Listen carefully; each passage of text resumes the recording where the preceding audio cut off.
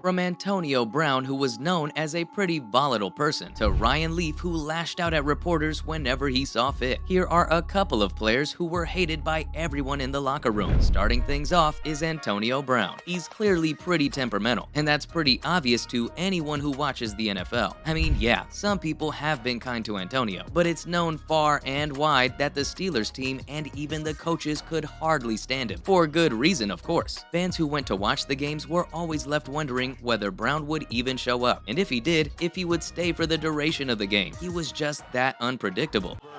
Throws, back shoulder, Antonio Brown down the sideline, back to the middle of the field, and now he might go. Just like another player I'm thinking of. He's none other than Ryan Leaf. Ryan is one of the most popular NFL athletes, but he's pretty infamous with the crowds. A lot's been said about him. Not much of it is good. He's been called things like conceited and arrogant by other players in the league. Yikes. It looks like they're not fans of Ryan Leaf. He's considered one of the greatest players ever drafted by the NFL, so it makes sense that a lot of players feel disdain toward him. Lashing out at the reporters did not help his image either. A lot of people in the league judged him for it. That checks out. Players who treat reporters like that aren't generally nice people. No wonder he's hated in the NFL locker rooms. But he's not the only one. Another player who doesn't have a good image inside the league is a man who needs no introduction.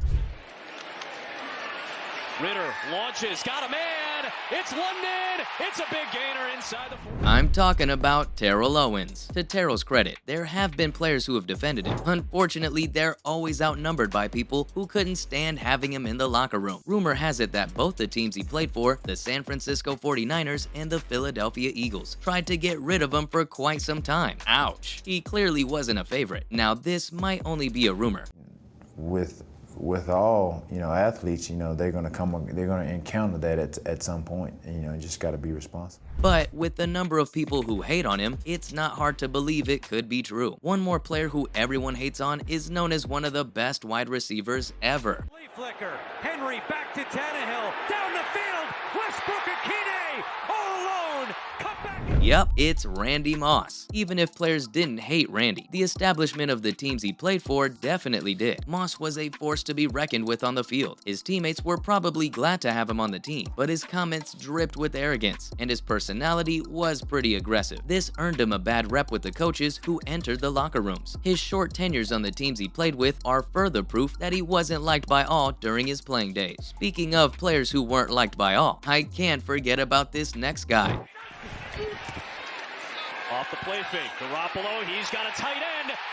It is Ross Dwelly. Albert Haynesworth. A lot of players care about their reputation in the locker room. Albert Haynesworth is not one of them. He did not have a positive rep in the locker rooms. He majorly injured the images of the teams he played with. When he was on the team, he trashed the Washington defensive coordinator, and he'd often be extremely aggressive towards his opponents on the field.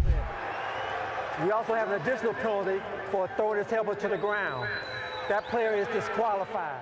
Fans agreed that he went too far sometimes. That's not good. I mean, one way to make sure that your team likes you is to be nice to them. Albert just couldn't care less, though he's not the only NFL athlete known for his anger issues. I mean, just look at Steve Smith. Steve expressed his anger pretty violently throughout his career. His team was not a fan of the big guy. He managed to get into a physical altercation with not just one, but two of his teammates. Oh man, someone needs to tell Smith that there's no I in team. These fistfights were highly publicized, which pretty much sent his image to the gutter. What's worse is that it made the Panthers look bad too. Have an altercation or two with a defensive back. That's kind of how he rolls. If there's one way to make sure your team hates you, it's to get in brawls with as many of them as you can. But as bad as he was, the former running back I'm about to tell you about was even worse. He's none other than Tiki Barber. Tiki has a bit of a reputation amongst fans. He's known as a whiny diva. Football legend Eli Manning even got into a fight with him in the locker room once, and that changed the way fans looked at Barber. Tiki wasn't the most popular player, especially in his own team, the New York Giants. Reports say that he tried to have another run with the Giants a couple of years after leaving, but he was denied. Ouch. That says a lot about how his team viewed him. But I forget, here's another player whose team pretty much hated him. That's right. Take the lead! Wow. That's wild. Brett Favre's team didn't like him very much. This might come as a shock because Brett is one of the top NFL players of all time. Not to the Vikings though, they weren't all that fond of him.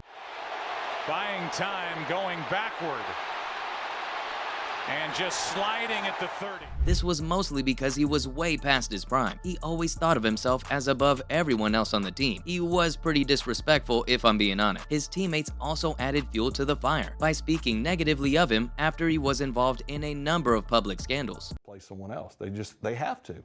You can't go in a slump for too long. And so from that standpoint, so physically, if you're okay. Their secret hatred of Brett was pretty apparent, actually. Maybe they were just jealous. But either way, he wasn't very popular in the locker room. Too bad for Brett Favre. He'd have been an exceptional player if it hadn't been for all the bad publicity he got. But he's not the only player who struggled with bad publicity. Move throws, that's Brett Favre doing what he has done his entire career.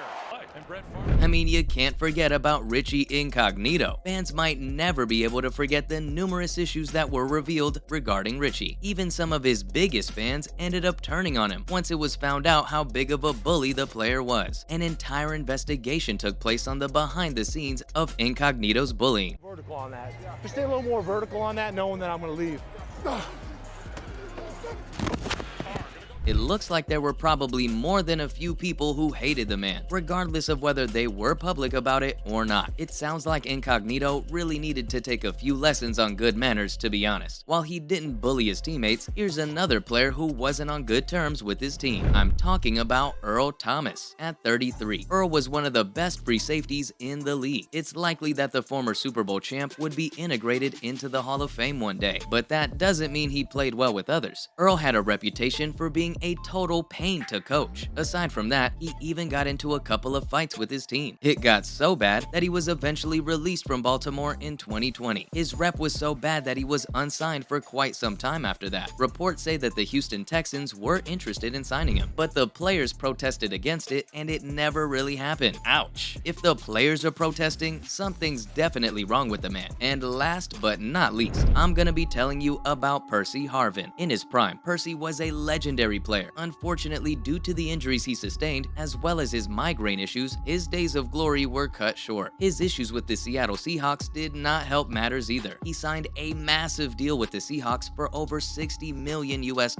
but he didn't last that long with the team. In fact, he only played 2 seasons with them. He was pretty good on the field, but he wasn't liked in the locker room at all. He apparently got into quite a few fights with his teammates, and even refused to play in the game sometimes. Yikes! Well, that's all about the players who weren't popular in the locker rooms. Thanks for watching, and I'll see you next time.